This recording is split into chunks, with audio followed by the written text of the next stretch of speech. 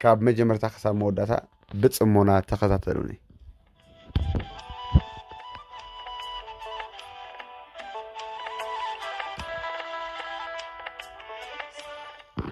ክቡራትን ፍትዋትን ኣሕዋተይ ከምቲ ትፈልጥዎ እዚ እዋን እዚ ናብቲ ናይ መወዳእታ ኢና ንቐርብ ዘለና ኩሉ ርክሰት ኣብዛ ዓለም ንሪኦ ኣለና ማለት እዩ። ዝሙት ብኸመይ ደኣቱ ናይ ዝሙት መንፈስ መውጊሓ ወይ ብኸመይ ኣትወካ ብኸመይ ከይወፅእ ኢሎም ሰብ ዓቕሎም ፀቢቦም ኣሎ። ዝሙት መጀመርያ ደኣቱ ወይ ብትሪኦ ወይ ብትሰምዖ እዩ ማለት ጎይታ ኢየሱስ ክርስቶስ በዓሉ ከምኡ ስለ ዝበለና ካብ ትሪእዎን ትሰምዖን ተጠንቀቑ ስለ ዝብል ማለት እዩ። ሕጂ ብዙሕ ግዜ ኣወዳት ብዝርእይዎ እዮም ዝታለሉ፣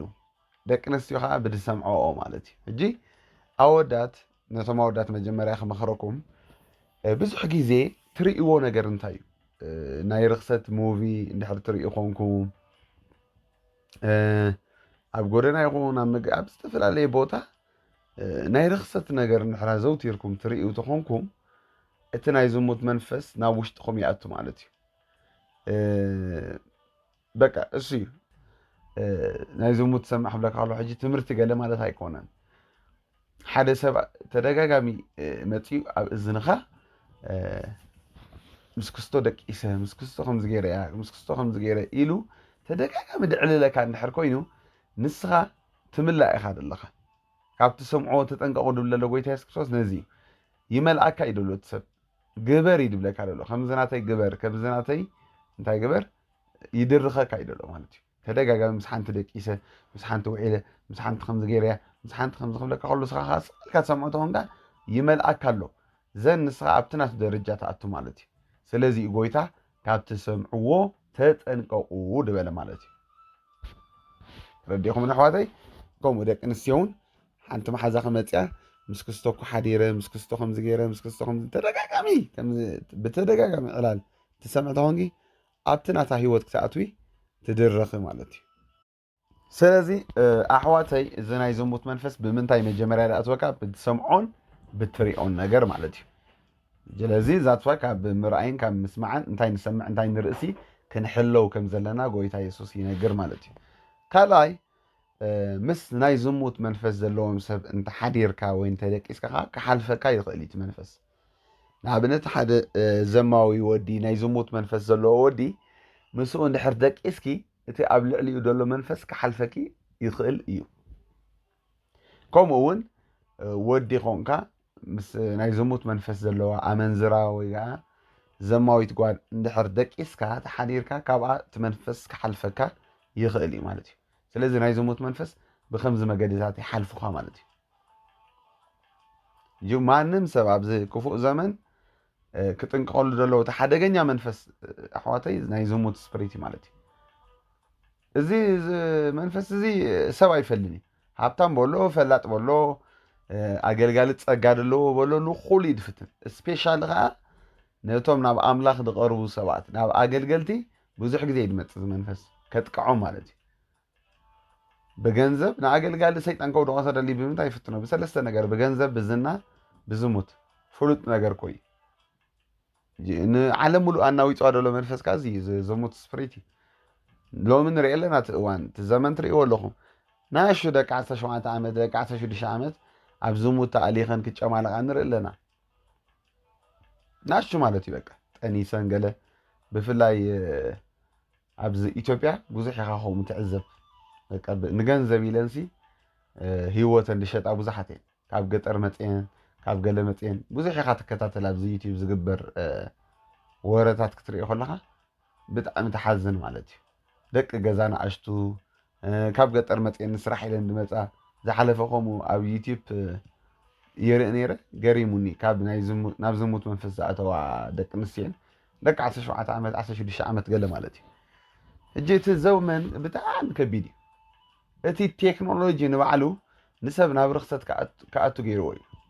እቲ ቴክኖሎጂ ምርቃቑ ቀደም ንሕና ብናእሽቱና ደቂ 17 ዓመት ሞባይል ኣይነበረና ናብ ኢድና እንታይ ትብል ኣለኻ? ሞባይል ኣይንፈልጥን ነርና ናእሽቱ ኮለና። ኣብዚ ግዜ እዚ ግን ደቂ 17 ዓመት ሞባይል ሒዞም ኣብ ካልእ ዓለም እዮም ኣትዮም ዘለዉ። ሕጂ እቲ ዘመን ኣዝዩ ከቢድ ዘመን ኢና ዘለና ኣሕዋተይ። بتعمي ولادي تجنيقو يدنبر نحزن يدنبر دقو بسلام بيت تمرت أفاني أي كسني مانياتو أب تمرت خليهم دسمعو كالهم دي حدقنيا زمني يدلنا حواتي أب قال هاجرات كتري ولهم سب طرح نفسه كخير تفقيل له جا عالمنا بيت خير على سرعيوه ترخصت بتعمي أب الدبابة يوتيو دحر قرب زمن كوخو مخبالي سب كم دليت طرح نفسه ولا يغيد نورمال فقد كوني ناب تشرشون بطرح نفسهم زخدوا سبعة أو حدا فيديو رئنيره بطرح نفسه خايد فكر الكابت تشرش طرح نفسه خايد خايد هجي انتي نتنا يزموت منفس بتعمي سيطان أبز عالم زد سرحلو دلو نبوز حسباتي بزن منفس أسيروم ويكبلو زو عند لو رؤسهم عدينهم تجاني قام دنبرو مالتي لازم يزموت منفس بمنتاي أتوكم إليكم من بورنوغرافي فيديو ترى تخون كان هاي رخصة فيديو ترى تخون كان حما ناي رخصة كتسمع توعل تخون كعلالات مالتي زي تكم زي هانت تمنفس تتقبر تملا نابنت حال ناي زموت منفس زلو سب مصي تدغاغامي مس حنت دقيسه خمزلو غيريا خمزو اوصيا دو خمزلو يلو بتدغاغام خلك خلو تمنفس اندا تملاخا تخيد مالتي لذي كم زي عينت علال كمصاك خلو انت تغبر لك نقارص ادو زا علال نغدفادو اندابلكا كتقارص لك منفس كيتملا مالتي يحلف منفس سبريت نت تسمعو كيها سب كون نت تسمعو درايني دنبر انتي تسمع بصح كزي بزعبا قال املاح تسمع تسنت انت خونكا نوعي خا تنبر نوعي خا نمسلكا تخيد بتدغاغام خا ناي رخصت علال ناي رخصت نغير تري خونكا خا ابت درجه خا تات موداتا وي خا تودو مالتي ስለዚህ እቲ ጎል መጨረሻ ናይ ሰይጣን ክንፈልጦ ኣለና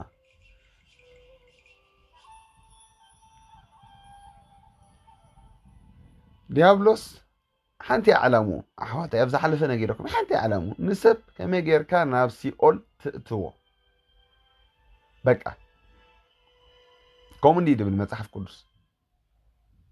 ሰይጣን ሓፃር ግዜ ተሪፋቶ ፈሊጡሲ ብቁጣዕ ናብ ምድሪ ወሪዱሎ ስለዚ ንቑሑን ርእስኹም ግትኡ ንጸሎት ንቑሑ ይብል እዋኑ ክፍኡ ስለዚ ርእስኻ ምግታእ የድሊ ኣብዚ መወዳእታ ዘመና ንኽርኢ ከለኹ ርእስኻ እንዳገታእኻ ብፆም ጸሎት እንዳቐፃዕካ ስጋኻ ንኣምላኽ እንዳተፈለኻ ንቅድስና ብከምዚ ኢኻ ተወፅኦ እዚ ዘመን እዚ እምበር ሓንሳብ ብፀጋ ድሒነ እየ ገለገለ ኢልካ ከም ድሌትካ ትመላልሶ ዘመን ኣይኮነን ለኪዑ ካብ ዓለም ብፀጋ ኢና ንወፅእ ዓለም ግን ካብ ውሽጥና ብቅድስና እያ ተወፅእ ስለዚ ብፀጋ ተመላሊሰ እሞ ገለ ኢልካሲ ሓፍሓፍ ኣይትበል ሓፍሓፍ ወይ ከዓ ኣይትበሊ እዚ መንፈስ እዚ ሓደገኛ እዩ ርእስኻ እናቐፃዕኻ ርእስኻ እናዋረድካ ርእስኻ እንዳገታእኻ እንተኸይድካ ኢኻ ካብዚ መንፈስ ዝተሃድም እምበር ንሕና ስጋ ለባሲ ኢና ሓፂና ይኮና ለቢስና ደልና ኣሕዋተይ ትፍተን ኢኻ ብዙሕ ኣብዚ ምድሪ ዝፍትነካ ነገር ኣሎ ስለዚ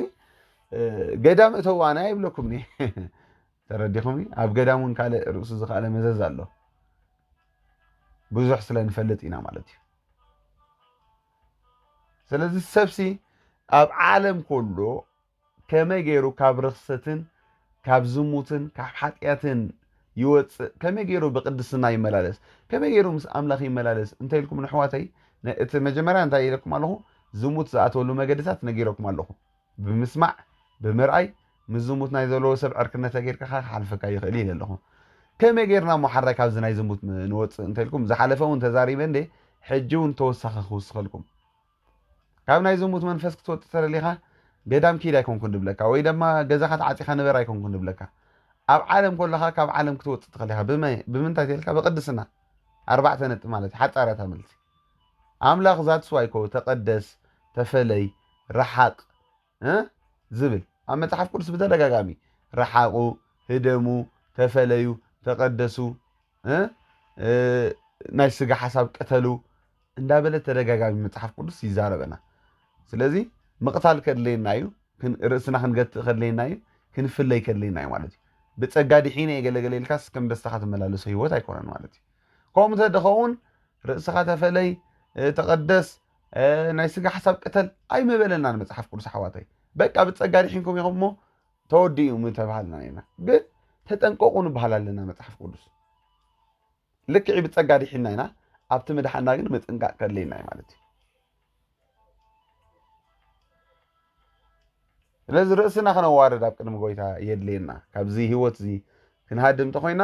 ብተደጋጋሚ መንፈሳዊ ነገር ክንሰማዕ ኣለና ኣብ ጽምዋ በይንና ኣብ ንኾነሉ እንታይ ንገብር መዝሙር ብምስልሳል ቃል ኣምላኽ ብምስልሳል ወላ ከተንብብ እንተ ደኣ ተሸጊርካ ስብከት ትሰምዕ መዝሙር ትሰምዕ እንታይ ትምላእ ሸው ሓይሊ ትምላእ ኣለኻ መንፈስ ትምላእ ኣለኻ ብተደጋጋሚ ቃል ኣምላኽ ትሰምዕ ተኾንካ ብተደጋጋሚ መንፈሳዊ ነገር ንድሕር ተዘውትር ተኾንካ ሰናይ ነገር ናይ ኣምላኽ ነገር ኢኻ ትምላእ ብተደጋጋሚ ናይ ዓለም ነገር ትሰምዕ ተኾንካ ኸ እሱ ኢኻ ትምላእ ሰብ ንዝርኦ እዩ ድመስል ንዝርኦ ወይ ንዝውዕሎ እዩ ስለዚ ርእስና ክንቀጽዕ ይግባአና ወይ ድማ ንኣምላኽ ክንፍለየሉ ብቅድስና ይግባአና ናይ ስጋ ሓሳብ ክንቀትል ይግባአና ብሓቂ ኣሕዋተይ ዝዝሙት ንብዙሕ ወለዶ ኣሸጊሩ ብእውነት የድለኩም ኣነ ብዙሕ ሰብ ይፅሕፈለይ ብዙሕ ሰብ ይድብለለይ በዚ ብዙሕ ነገር የደማኽር ተኣሲሩ እዩ ዘሎ ወለዶ ሓዳር ዘለዎ በሎ ሓዳር ዘይብሉ ኩሉ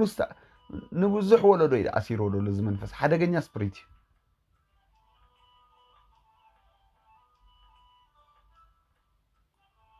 ስለዚ ኣብዚ መወዳእታ ዘመን ኣሕዋተይ ኣብዚ ርክሰት ኣብ ኣደባባይ ወፂ ከም ደስታኻ ኮይኑሉ ዘሎ ዘመን ህይወትና እናተጠንቀቕና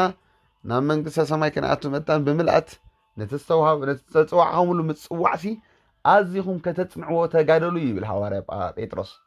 ናይ ነቲ ዝተፀዋዕናሉ ማለት እዩ ክንጋደል ይግባአና ማለት እዩ ኣብ ክርስትና ናይ ስጋ ፈተናታት ክመፅእ ከሎ ክንቀፅዖ እጂ ብዙሕ ግዜ ኣብ ፆምን ፀሎትን ዝነብሩ ሰባት ካብዚ ነገር እዚ እንዳሃደም እዮም ዝኸዱ እጂ ነቲ ናይ ስጋ ነገር እንዳደኸምካዮ ስለ ትኸይድ ብፆምን ብፀሎትን ስጋኻ ስለ ትቐፅዕ ናይ ስጋ ነገር ስለ ትቐትል ዘለኻ ናይ ዝሙት መንፈስ ከጥቅዓካ ኣይክእልኒ ከዳኸሞ ኣለኻ ማለት እዩ ሕጂ ንምንታይ እዩ ስጋ ንመንፈስ ድስዕሮ ተኢልካ ናይ ስጋ ሓሳብ እቲ መንፈስ ደኺሙ ይፀንሕ እሞ ቃል ኣምላኽ ዘይመልአ ይፀንሕ ፀሎት ዘይፅሊ ይፀንሕ እቲ መንፈሳዊ ህይወትና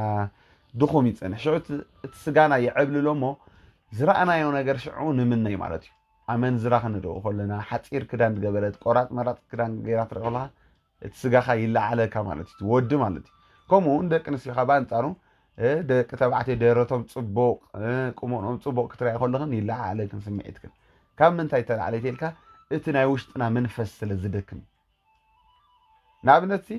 ብስጋና ከይበላዕና ከይሰተና ክንሓድር ኣይንኽእል ኢና ከቢድ እዩ ምሽ እንታይ ትኸውን ይኸብደካ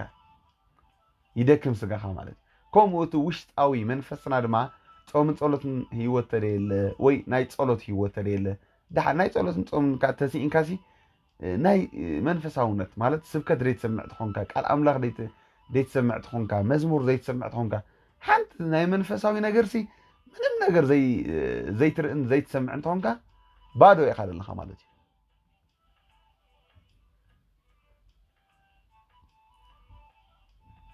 ኣትሊስት እቲ ፀሎትን ምንባብን እኳ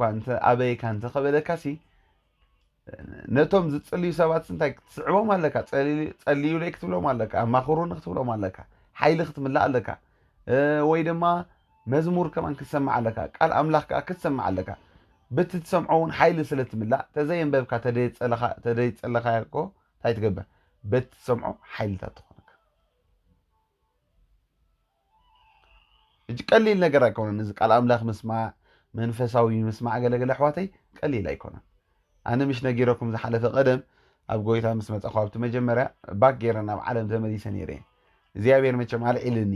ግን ብተደጋጋሚ ትምህርቲ ሰምዕ ነይረ ናይ እግዚኣብሔር ሰባት ኣብ ኤርትራ ዝተሱ ኣምላኽ ዝተሰም ሰባት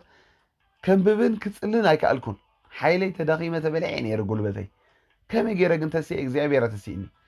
ተደጋጋሚ ስብከት ሰምዕ ነይረ ትምህርቲ ሰምዕ ነይረ በቃ ምንባብ ምፅላቅ ክትሽገር ትኽእል ኢኻ ክደክም ትኽእል ኢኻ ሓወይ ሓብተይ ይፈልጦ እየ ይርዳእኒ ብኡ ጎደና ሓሊፈ ቀጨውጨው ይብለካ ክተንብብ ክፅሊ ትደሊ ውሽጥኻ እሞ ግን ሓይሊ ትስእን ይስልችወካ ገለገለ ይርዳእኒ ግን ኣትሊስት ትምህርትታት ብኣውድዮ ወላ ብቪድዮ ንስማዕ ኮፍ ኣቢልና ሞባይልና ኣብ ገዛና በቃ ኣብ ዓራት ዲና ደቂስና ኣብ ሳሎን ኮፍ ኢልና ስቕ ኢልና ንስማዕ እቲ ንሰምዖ ኣብ ውሽጥና ኣትዩ ሓይሊ ድህበና ይሰርሕ እጂ ኣነ ከምዚ ክዛረበኩም ከለኹም ነዚ ተረጋጋሚ ክሰምዑ ከለኹም ሓይሊ ትውስኹ ማለት እንድሕር ኣብቲ ደኺምካሉ ዘለኻ ይወት ደኺምካ ከለኻ እንደገና ድማ ሕማቕ ነገር ትርኢ ትኾንካ ግን መሊስካ ኢኻ ትመወት ለኒኻ መሊስካ ኢኻ እንታይ ትኾን ዘለኻ ንድሕሪት ትምለስ ዘለኻ ማለት እዩ ኣብቲ ደኺምካሉ ዘለኻ እዋን ክተንብብን ክትፅልየሉን ዘይትኽእለሉ ዘለኻ እዋን ስብከታት ናይ እግዚኣብሔር ሰባት ትምህርትታት ስማዕ ጸሎት ኣብ ትጽልየሉ ቦታ ከይድካ ይጸለየልካ ኣብ ልዕሊኻ ተጻዒንካ ዘሎ ናይ ዝሙት መንፈስ እንታይ ለቂቑ ክኸይድ ኢኻባኻ ወይ ድማ ክትናገፍ ኢኻ ሓይሊ ተሲእንካ ናብ ምንታይ ክትገብር ምስቶም ሓይሊ ዘለዎም ሰባት ከይድካ ምፅጋዕ እዩ ዋ ወይ ጎቦ ኹን ወይ ከዓ ምስ ጎቦ ትፀጋዕ እኳ ትበሃል ሓይሊ እንተሲእንካ ናብ ምንታይ ክትገብር ጸልዩ ለይ ክትብል ኣለካ ምክንያቱ ምንጋፍ ከድለይካ እዩ ኣብ ልዕሊኻ ተጻዒንካ ዘሎ መንፈስ ተረዲኻ ኣለኻ ብጸሎቱ ክትናገፍ ኢኻ ወይ ድማ ብፍልጠት ሕጂ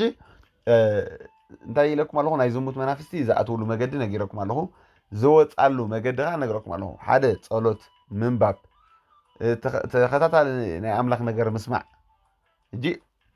እዚኢታት እንታይ ገብረካ የውፃካ ማለት እዩ ካብቲ ህይወት ክትፅልን ክተንብብ እኳ ተደኪኢልካ ጸልዩለ ይበል ንሰብ ምትጸለይሉካ መንፈስ ተጸኒሕካ መንፈስ ክትናገፍ ኢኻ ብደገ መፂ ዘጥቃዓካ መንፈስ ጥራሕ እንድሕር ኮይንኻ ብትምህርቲ ብፍልጠት ኣውፅአ ኣብ ዝሓለፈ ነጊረኩም ነይረ ናይ ዝሙት መናፍስቲ ፖሰስድ ክትከውን ትኽእል ኢኻ ኣብ ውሽጥኻ ሓዲሮም ከሳቑኒኻ ክኽእሉ እዮም ኣብ ውሽጥኻ እንድሕር ፖሰስድ ማለት ሙሉእ ብሙሉእ እንድሕር ተቆጣጢርካ ኣጋንንቲ ናይ ዝሙት መንፈስ ብፍቓድካ ከምደይ ትኸይድ እዩ ትገብረካ ማለት ባዕሉ እዩ ድወስደካ እቲ መንፈስ በቃ ኮፍ የብለካኒ እንድሕር ዝሙት ተደጊርካ ካኒ ቀጨውጨው ይብለካ ይስልችወካ ማለት ስለዚ ናብ ዝተፈላለየ ቦታ ይወስደካ እዚ ሙሉእ ብሙሉእ ኣብ ትሕቲ ኣጋንንቲ ተቆጣጢርካ እዩ ብደገ መፂ ደጥቃዓካ ኣሎ ይመፅእ ይኸይድ ይመፅእ ይኸይድ እዚ ዓይነት ከዓ ናይ ዝሙት መንፈስ የጥቃዓካ ይኸይድ ፅቡቕ ትቕኒ ወይ ነዊሕ ዓመት ፅቡቕ ፀንሕ መፂኻ ይምለሰካ ፅቡቕ ትኸይድ ይምለሰካ እዚ ብደገ መፂ ደጥቃዕ መንፈስ እዩ ማለት እዩ ስለዚ ካብዚ ህይወት ብኸመይ እንድሕር ወፅእ ኢልኩም ኣብ ዝሓለፈ እውን ተንቲነልኩም ነይረ ክትፅልይ ኣለካ ከተንብብ ኣለካ ቃል ኣምላኽ ነዚ እኳ ተደይኪኢልካ ጸልዩለ ይበል ሓይሊ ክትረክብ ተደጋጋሚ ወይ ከዓ ስብከት ናይ እግዚኣብሔር ቃል ስማዕ ምክንያቱ ነፍስና ብፍልጠት ቃል ኣምላኽ ትናገፍ መጽሓፍ ቅዱስ ይብል ነፍሲ ብፍልጠት ኣምላኽ ትናገፍ ይብል እዚታ ነፍስና ሲ ብምንታይ ትናገፍ ብፍልጠት ቃል ኣምላኽ ተደጋጋሚ ፍልጠት ቃል ኣምላኽ ክትቀስም ከለኻ እንታይ ትገብር ንሓጢኣት እንዳፈንፈንካዮ ትኸይድ ማለት እዩ ስለዚ ኣሕዋት እዛ ዘመን እዚኣ ትርእይዋ ኣለኹም መቸም ዓለም ሲኦል እያ ተቐይራ ዘላ ዓለም ኣሕዋተይ ትርእይዋ ኣለኹም ጨቀያ ብሓጢኣት ረኺሳ እያ ትጨኑ እያ ደላ ገንቢ ገንቢ ሸቲት እያ በቃ ብጣዕሚ ብጣዕሚ ብጣዕሚ ርክሰት ግደፎ ኣደባባይ ወፂኡ በቃ ከም ድሌትካ ይኮይኑ ማለት እዩ ጉድ ጉድ ጉድ በቃ እና ናይ እግዚኣብሔር ሰባት ኣብዛ መወዳእታ ዘመን ምስቶም ድጨከኑ ምስቶም ብቅድስና ድመላለሱ ምስቶም ብፍርሓት ድመላለሱ ምስቶም ዓይኖምን ቀልቦምን ልቦም ኩሉ ናብ ሰማይ ዝገበሩ ሰባት እግዚኣብሔር ይግበረና ብሓቂ ኣሕዋተይ ማለት እዚ ኩሉ ምስ ጎይታ እንዳተመላለስካ ሲ ኣብ መወዳእታኻ ክኽፍእ ከሎስ ሕማቕ ኣሕዋተይ ማለት ከምቲ መጀመርታ መወዳእታ ያፀበቐለይ ክንብል ኣለና ሃዋርያ ጳውሎስ ከምኡ ኢሉ ንኩሉ ረቢሐ ርእሰይ ተትፊአስ እንታይ ዓብሰለ ኢሉ ሕጂ ኣሕዋተይ ንኩሉ ሰብ ጠቒምና እንድሕር ንሕና ኣብ ውድቀት ንመላለስ ዘለና ወይ ድማ ኣብ ጥፋእቲ ከባዳ ኣሕዋተይ ስለዚ ከምቲ መጀመርያናስ ፅባቐናስ ከምኡ ክኸውን ኣለዎ ሕጂ ኣነ ሰብ ክወድቕ ክደክም ይኽእል ኢለ እየ ድኣምን ደገልግል ስፔሻል ሰብ ክወድቕ ክደክም ይኽእል እዩ ንምንታይ ተይልካ ስራሕ ኣምላኽ እንዳሰራሕካ መቸም ኣጋንንቲ መፂኡ ሰሊሖ ገለኢሉ ዕምባባ ከነፅገልካ ይፀብሕ ዋ ስርሑ እንዳፍረስካሉ ብዙሓት ወለዶ ካብ ፀልማት እንዳውፅኻ ንብዙሓት ብመዝሙር እናባረኽካ ንብዙሓት ሰባት እንዳፀናናዕካ ንብዙሓት ብትንቢት እንዳፀናናዕካ እዚ ኩሉ እንዳገበርካ ሰይጣን ኣጆኻ ኢሉ ከጣቕዓልካ ገለ ትሓስብ ኣለኻ ብፍፁም ኔቨር ክዋጋእካ እዩ ክዋጋእካ ይግድን ብገንዘብ ድሕር ኮይኑ ፅምኣትካ ወይ ድማ ሽገርካ ናይ ገንዘብ ወልፊ ተሊካ ብስስዕ ገንዘብ ክመፀካ እዩ እንድሕር በዋልድ ትሽገር ትኾንካ ብዝሙት ክመፀካ እዩ ነታ ጓልካ ከምኡ ብደቂ ተባዕትዮ ትሽገር ትኾንካ ብዝሙት ክመፀካ እዩ ስቕ ክብል ኣይክእልኒ ዲያብሎስ ንምንታይ ተልካ ስርሑ ኢኻ ተፍርሰሉ ኣለኻ ማለት እዩ ስለዚ ብመዓልቲ ክፉእ ኣሕዋተይ ዝተዳለና ክንከውን ይግባአና ሙሉኣት ክንከውን ኣለና ሰይጣን ባዶ እንድሕር ኮንካ ናብ ድሌቱ ክዝውረካ ቀሊል እዩ ኣትሊስት ቃል ኣምላኽ ሙሉእ እንድሕር ኮንካ ብመንፈስ ኣምላኽ ዝተቐጣፀልካ ተኾንካ ገለ ግን ክትቃወሞ ክትፃረሮስ ትኽእል ኢኻ ኣይትፍርሑ ኣብ ፀጋ ኣምላኽ ተወከሉ ፀጋ የኽእል እዩ ፀጋ የውፅእ ናፃ ግን ምጥንቃዕካስ ኣገዳሲ እያ ማለት እዩ መጽሓፍ ቅዱስ እኮ ተደጋጋሚ እኮ ተጠንቀቁ ተጠንቀቁ ተጠንቀቁ ንቑሑ ንቑሑ ርእስኹም ግትኡ ገለገለ ተደጋጋሚ ፅሑፍ ከሎ ከምዚ ንምንታይ ከም ዝተፃሒፈላ እንተኢልካ በቃ ክንገብሮ ዘለና ነገር ስለ ዝኾነ እዩ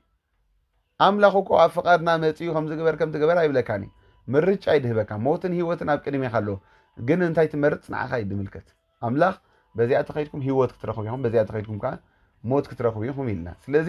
እቲ ምርጫ ስናትና እዩ ኣምላኽ ኣገዲዱ ገለገለ ኢድና ጠውዩ ንዑ ተኸተሉኒ ንዑ ሰዓቡኒ እዚ መገዲ ገለ ክብለና ኣይንፀበ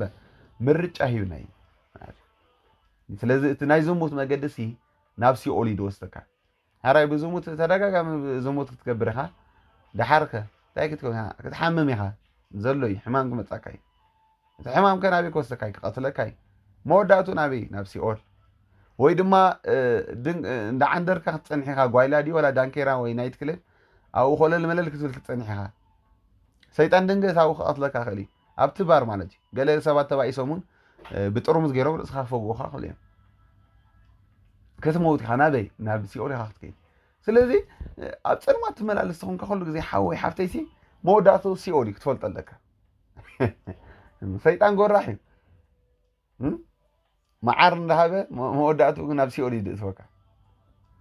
እንዳሰሓቐ ማለት እዩ ኣነ ማርያም ደደንግፁኒ እዞም ኣብ ትሕቲ ቁጥጥር ዲያብሎስ ዘለዉ ብገንዘብ ተታሊሎም ብዝና ናብ ኢሉምናት ዳእተው ናብ ዝሙት ገለ ማርያም ደደንግፁኒ ማለት በቃ ዓይኖም እንዳራእዩ ሲኦል ይኸዱ ኣለዉ ይሕዝኑኻ እቲ ቀልጢፉ ድተመልሰ እቲ ጎይታ ድበፅሓሉ ዕድለኛ እዩ ብኣግኡ ምምላስ ናይ ለባም እዩ ሓደ ሓደ ግዜ ካብ ሰባት እውን ተማሂርካ ክትምለስ ኣለካ ግዲ ናብ ሂወትካ መከራ መፂኡ ክትመሃር ገለ ኣይትፀበን ማለት ንእግዚኣብሔር ኣምላኽ ኣሕዚኖም ንእግዚኣብሔር ኣምላኽ ኣውግሂቦም ዝተቐፅዑ ሰባት ማዕለያ የብሎም ስለዚ ንዖም ርኢኻስ ክትምለስ ኣለካ ክትምለስ ኣለካ ሓፍተይ ኣብ ሂወትካ መቕፃዕቲ ክሳብ ዝመፃካ ወይ ሓደጋ ክሳብ ዘወድቀካ ይፀበእ ኣምላኽ እውን እኮ ንዘፍቅርዎ እንታይ ይገብር ይቐፅዕ ኢሉ ሰይጣን ግን ክቐፅዕ ከሎ ናብ ሞት ኢሉ ወስደካ ስለዚ ኣብ ዳንኬራ ናብ ዝሙትን ንመላለስ ሰባት ተሊና ኣብዚ ግዜ እዚ ምምላስ ከድለየና እዩ መወዳእታ ዘመን ኢና ደለና ፋይናል ኢና ደለና ማለት እዩ ኢየሱስ ክርስቶስ ዝምለሰሉ ዘመን እናቐረበ ይመፅእ ኣሎ ቤተ ክርስቲያን ትንጠቐሉ ዘመን ከዓ እናቐረበ ይመፅእ ኣሎ ማለት እዩ ስለዚ ናይ ስጋ ሓሳብ ቅተሉ ይብል መፅሓፍ ቅዱስ ንቕተሎ ክብለኩም ይደሊ ናይ ሎሚ መልእኽተይ እዚኣ ትመስል ዝሙት ከመይ መገዲ ኣቱ ነጊረኩም ኣለኹ ዝወፃሉ ምክንያት ከዓ ነጊረኩም ኣለኹ ማለት እዩ ገና ክንቅፅል ኢና ስራሕ ሰይጣን ሓደ ሽደሽ ክነብሎ ኢና ኣሕዋተይ ብዙሓት ወለዶ ካብዚ ሂወት እዚ ክነምልጦም ኢና በዚ ነገር እዚ ትሽገሩ ሰባት ትጭነቑ ትናወፁ ሰባት ተሊኹም ኮንታክት ግበርኒ ብሜሴንጀር ክፅልየልኩም እየ ክምህረኩም እየ ከማኽረኩም እየ ማለት እዩ እግዚኣብሔር ከዓ ክረድኣና እዩ ማለት እዩ ኣሕዋተይ ናብ ሂወት ከዓ ክትመፁ ኢኹም ሰላም ክትረኽቡ ኢኹም ኣሕዋተይ ኣጀኹም ኣይትጨነቑ ኦኬ ኣይትጨነቑ በቃ ኣብ ውድቀት ኣብ ድኽማም ዘለኹም ሰባት ኣውፃኒ ጥራይ በለዎን ጎይታ እህህ በሉ ይበሉ ቅድሚ እግዚኣብሔር ብሓቂ ኣምላኽ ንዝምለሱ ቀረባይ እንተተመለስኩም ናባይ ተመለሱ ይብል መፅሓፍ ቅዱስ በቃ እግዚኣብሔር ዝምለስ ሰብ ይደሊ ኣሕዋተይ ኣምላኽ ድፀልእ እንታይ ሓጢኣት ይኮ ድፀልእ እምበር ሓጢአተኛት እኮ ፈቱ እዩ እጂ ገለገለ ሰባት ኣብ ሓጢኣት ኢንጆይ ዝገብሩ ኣለዉ ደስ እናበሎም ሓጢኣት ዝገብሩ ናይ ምንሳሕ ልቢ የብሎምን ናይ ምምላስ ልቢ የብሎምን በቃ ማለት ደስ እናበሎም እዮም ኣብ ሓጢኣት ዝዘናግዑ ሂወቶም እዩ ላይፎም እዩ ናይ ምንሳሕ ድሌት ከማን የብሎምን ከም ኖርማል እዮም ዝገብሮ በቃ ገለገለ ሰባት ድሒነ ፀዲቀ ኢሎም ከም ድሌቶም ዝመላለሱ ኣለዉ ዋግኦም ግን ፅባሕ ንጎ ከባድ እያ ገለገለ ሰባት ግን መሳኺን ድኻም ውድቀት ኣብ ድኻም ኣብ ውድቀት ይሽገሩ እሞ ይድብሉ ኣለዉ ኣንታ ኣምላኽ ካብዚ ሂወት ኣውፃኒ ባ ሰላመይ ተወሲዱ ዕረፍተይ ተወሲዱ ሂወተይ ናብ ሲኦል ትኸይድ ኣላ ራእየኒ ባ ጎይታ በጃኻ ኣውፃኒ ካብዚ ሂወት ዝብሉ ሰባት ካ ኣለዉ እዚኦም ብትኽክል እግዚኣብሔር ክበፅሓሎም ምክንያቱ ኣነ ንባዕለይ ምስክረ ኣብ ሂወት ማለት እዩ ኣብቲ ዝደኸም ኩሉ ዝወደቕ ኩሉ ኣብቲ ናይ መጀመርያ ጎይታ ዝተቐበልኩሉ ግዜ እግዚኣብሔር ከልዕለኒ ርአ أملاخ بجها برهان رئينا بسلامات حجة أتو بليس قويتا بجها ملسني نبتنا حقوق ملسني قويتا إلى بخي إግዚአብሔር مليسنا على إلى إنك بتزودكوا فقدوا باراتن فقدوا نايت كلب نخين يما ناب عالماو هيوت مليسة مالتي እግዚአብሔር جنتاي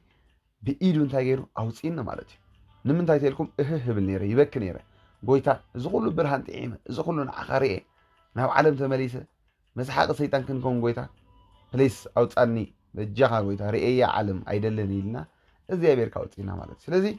أجوكم حواتي أبدخام أول كده لهم سوات እግዚአብሔር أملاخ رجعتني كالعلوكم اندحر نايمن السحلب لكم اندحر كتملسوا دليت لكم እግዚአብሔር بحقي نزدخم ونزودقون روح أملاخي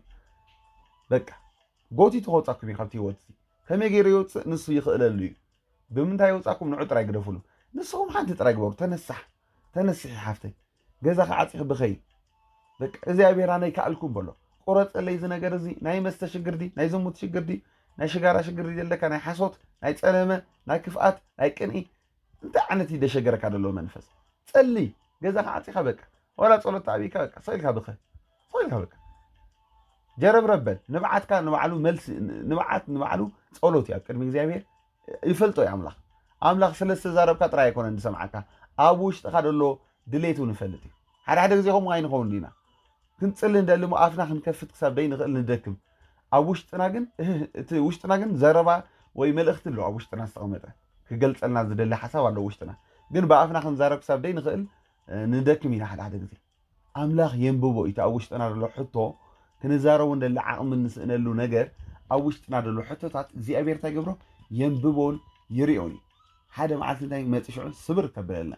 كسكرنا زن نسوات نتمرت خنكونينا نسبات انتاك نكوننا نموت مخنيات نكوننا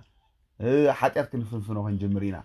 بك ودقت اندخا من زراعي سبكو حواتي بزح غزي سبيشالي ودقت اندخا من دملالس نبر مو እግዚአብሔር ምሕራተሲኦ بتعمي نلوت دخون مخنيات بتعمي خا دفنفنو حاتيات مالتي ስለዚህ